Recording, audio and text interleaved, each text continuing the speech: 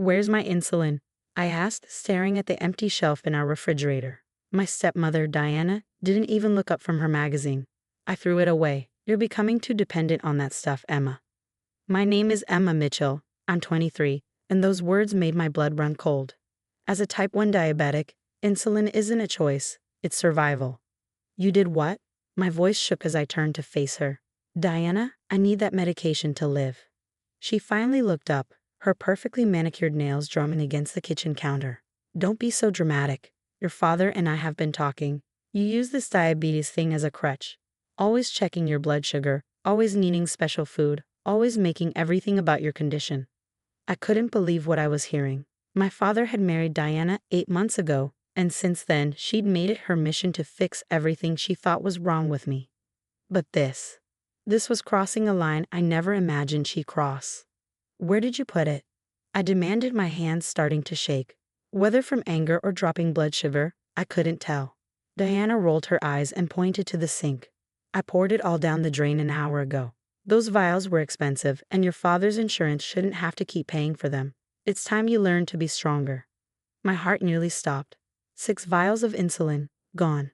My emergency backup supply that I kept in my room. I'd used the last of it yesterday, planning to refill my prescription next week. You had no right, I whispered, pulling out my phone to check my continuous glucose monitor. 180 and rising. Without insulin, those numbers would keep climbing. I had every right, Diana snapped, standing up. I'm your mother now. You're my father's wife. I cut her off, already dialing the pharmacy. Not my mother. My mother would never do something this cruel.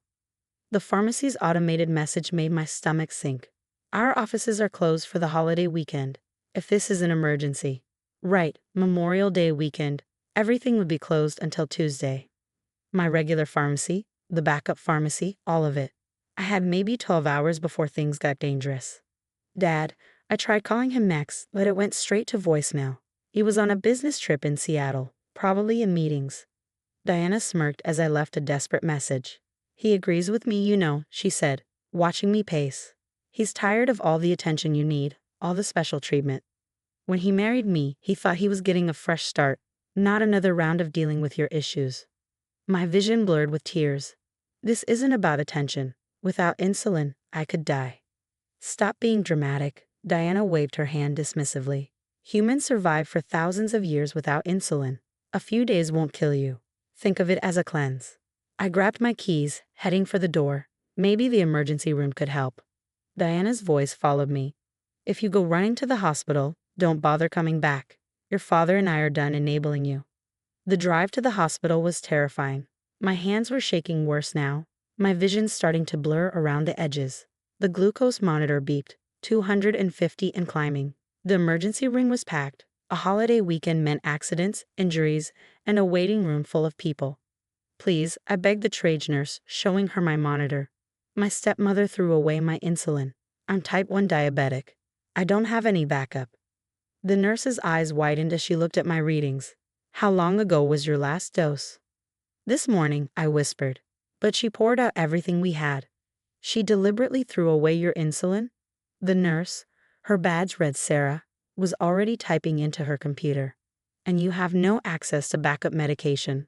I shook my head, feeling lightheaded. She said I was too dependent on it, that I needed to toughen up. Nurse Sarah's face hardened. I need you to tell me exactly what happened. I'm documenting everything. She pressed a button, and another nurse appeared with a wheelchair. We're admitting you immediately. Your blood sugar is dangerously high, and without insulin. I nodded, sinking into the wheelchair as the room started to spin. I know, I tried to tell her. The last thing I remember before losing consciousness was Nurse Sarah saying firmly, "Don't worry, we're going to help you." And we're documenting every single detail of what she did. I didn't know it then, but those documentation notes would change everything. I woke up in the ICU, the steady beeping of machines surrounding me. Multiple IV lines ran into my arms, and through my blurred vision, I could make out the numbers on the monitor. 485. My blood sugar had skyrocketed to nearly fatal levels. Emma, a gentle voice called. Nurse Sarah was back, checking my vitals.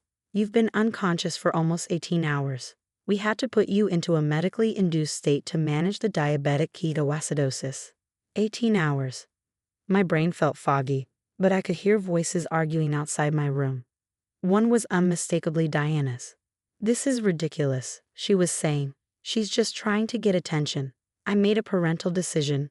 "Mrs. Mitchell," a stern male voice interrupted, "you made no such thing. You deliberately disposed of life-sustaining medication. Our patient could have died. She's my stepdaughter and that gives you no right to withhold medical necessities." The voice, which I now recognize as Dr. Thompson, my endocrinologist, cut in sharply. "We've documented everything. The nurses have detailed logs of Emma's condition when she arrived, her near-fatal blood sugar levels, and your admission that you intentionally destroyed her insulin." I tried to sit up, but my body felt like lead. Nurse Sarah gently pushed me back. "Rest," she said softly. "We've contacted your father. He's flying back from Seattle." Through the glass walls of my ICU room, I could see Diana's perfectly composed face starting to crack. Another person had joined the conversation, someone in a police uniform. "Mrs. Mitchell," the officer said, "we need to discuss the implications of your actions. Deliberately withholding life-sustaining medication." I was trying to help her.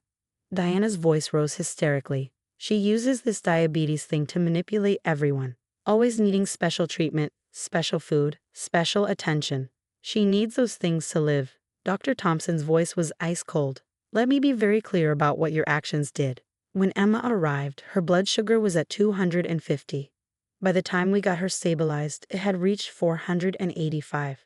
Do you understand what that means?" Diana's face had lost some of its color. "She's fine now, isn't she?" "She nearly died," Nurse Sarah spoke up, stepping out of my room.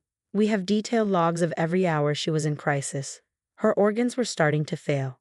If she had waited even a few more hours to come in." I closed my eyes, remembering Diana's threat about not coming back if I went to the hospital. She had been willing to let me die just to prove her point. The police officer was writing something in his notebook. "Mrs. Mitchell, we're treating this as a case of medical abuse. The hospital staff has provided extensive documentation of both Emma's condition and your statements." "You can't be serious." Diana's voice cracked. "I'm her stepmother. I was trying to teach her independence."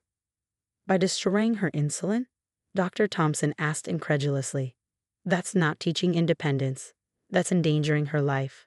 As her doctor, I'm legally obligated to report this." I heard footsteps rushing down the hall, and then my father's voice. "Emma, where is she? What happened?" Opening my eyes, I saw him burst into view, still in his business suit, looking panicked. When he saw me through the glass, his face went pale. "What did you do?" He turned to Diana, his voice shaking. "They told me. They said you threw away her insulin?" Diana's composure finally broke. "I was trying to help. You said yourself she was too dependent." "I said she was dependent on us for rides to her doctor's appointments," my father shouted. "Not that she was dependent on the medication that keeps her alive." "How could you? What were you thinking?" "Mr. Mitchell," the police officer interrupted, "we need to discuss pressing charges." My father's head snapped up. "Charges?" "Medical abuse is a serious offense," Dr. Thompson explained. "The nurses have documented everything, including Mrs. Mitchell's statements about intentionally destroying Emma's medication and threatening her if she sought medical help." I watched through the glass as my father staggered back, looking between Diana and me. For 8 months, he had let her subtle cruelty slide, always making excuses, always trying to keep the peace. But now, seeing me in the ICU, the reality of what she'd done seemed to hit him all at once. "Get out," he said to Diana, his voice quiet but firm. "David, please." "Get out," he roared, making everyone jump. "You nearly killed my daughter. Get out of here before I let them arrest you right now."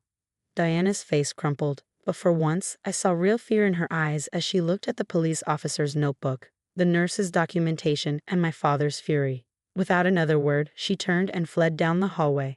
My father came into my room, tears in his eyes as he took my hand. "Emma, I'm so sorry.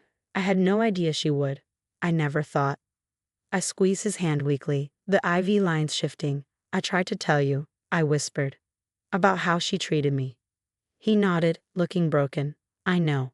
I should have listened, but I promise you she'll never come near you again."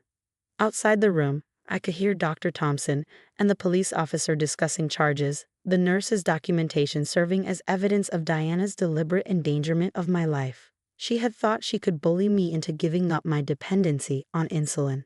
Instead, she had given the authorities all the evidence they needed.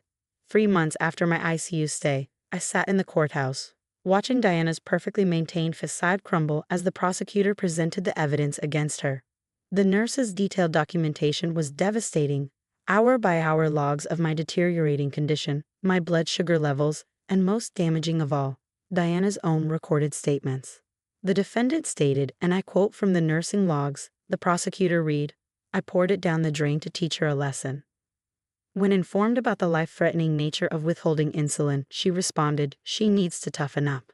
Diana sat at the defendant's table, her designer outfit and carefully styled hair a stark contrast to her pale, drawn face. Her lawyer had advised her to take a plea deal, but she'd refused, convinced she could explain away her actions as concerned parenting. My father sat beside me, his hand gripping mine as we listened to Dr. Thompson's testimony. In my 20 years of practicing medicine, I've never seen such a deliberate and dangerous attempt to withhold life-sustaining medication from a type 1 diabetic patient. The evidence kept mounting. The hospital security footage showing Diana threatening to throw me out if I sought medical help. The pharmacy records proving she had prevented my prescription refills by claiming I no longer needed them. Even text messages to my father where she complained about my attention-seeking behavior regarding my diabetes. During a break in the proceedings, my father turned to me. "I filed for divorce last week," he said quietly. "I should have done it the day you ended up in the ICU." I nodded, remembering how he changed since that day. No more dismissing my concerns, no more trying to keep the peace at my expense. He'd moved us out of the house we'd shared with Diana, helped me set up a secure medical alert system, and most importantly, started listening when I talked about my health needs. When Diana took the stand, her attempt at appearing concerned and maternal fell flat. "I was trying to help Emma become more independent," she insisted. "All teenagers need to learn." "Ms. Mitchell," the prosecutor interrupted, "Emma is 23 years old and has been managing her type 1 diabetes successfully for years. Are you suggesting that deliberately destroying her insulin was helping her? She was too dependent on the medication that keeps her alive?" The prosecutor's voice was sharp. "The same medication that, according to these medical records, prevented her from going into organ failure?" Diana's composure finally broke. "You don't understand. She was always making everything about her diabetes. Special meals, special schedules, constant monitoring. I just wanted her to stop using it as an excuse." "An excuse for what, Mrs. Mitchell? For staying alive?" The jury's verdict came back in less than 2 hours. Guilty of medical abuse and reckless endangerment. As the judge prepared to announce the sentence, Diana finally looked at me, really looked at me, for the first time since the trial began. "Emma," she pleaded, "tell them I was trying to help. Tell them you understand." I stood up, my continuous glucose monitor visible on my arm, a reminder of what she tried to take from me. "I understand perfectly," I said clearly. "You were willing to let me die to prove a point, to show that you had control, but you forgot something important." "What?" she whispered. "Those nurses didn't just save my life with their medical care. They saved me from you with their documentation. Every cruel word, every dangerous action, all recorded and verified. You can't deny what you did anymore." The judge sentenced Diana to 3 years in prison, with additional orders for psychiatric evaluation and mandatory education about chronic medical conditions. She collapsed in tears as they led her away, but I felt no sympathy. Her tears were for herself, not for what she'd done to me. Afterward, in the courthouse hallway, Nurse Sarah was waiting. She testified about my condition when I was brought in, her detailed notes providing crucial evidence. "Thank you," I told her, hugging her tightly. "Your documentation made this possible." She smiled. "We protect our patients, not just with medical care, but with truth. Nobody should ever have to fear having their medication taken away." My father approached her, his eyes wet. "I can never thank you enough, not just for saving Emma's life, but for helping bring Diana to justice." That evening at home, I looked at my new insulin supply, safely stored and carefully monitored. My father had installed a small medical fridge in my room, with a security lock that only he and I could access. It seemed extreme, but after Diana, we weren't taking any chances. "Never again," he promised, watching me check my blood sugar levels. "I'll never let anyone hurt you like that again." I smiled, knowing he meant it. Diana had thought she could bully me into giving up my dependency on insulin. Instead, she'd lost everything: her marriage, her freedom, her carefully constructed image of the concerned stepmother. And I'd gained something unexpected: a father who finally understood that protecting me meant believing me, supporting me, and standing up to anyone who tried to deny my right to live safely with my condition. My continuous glucose monitor beeped. 120, perfectly normal. Just another day of being dependent on insulin. Exactly as I should be, exactly as I had every right to be.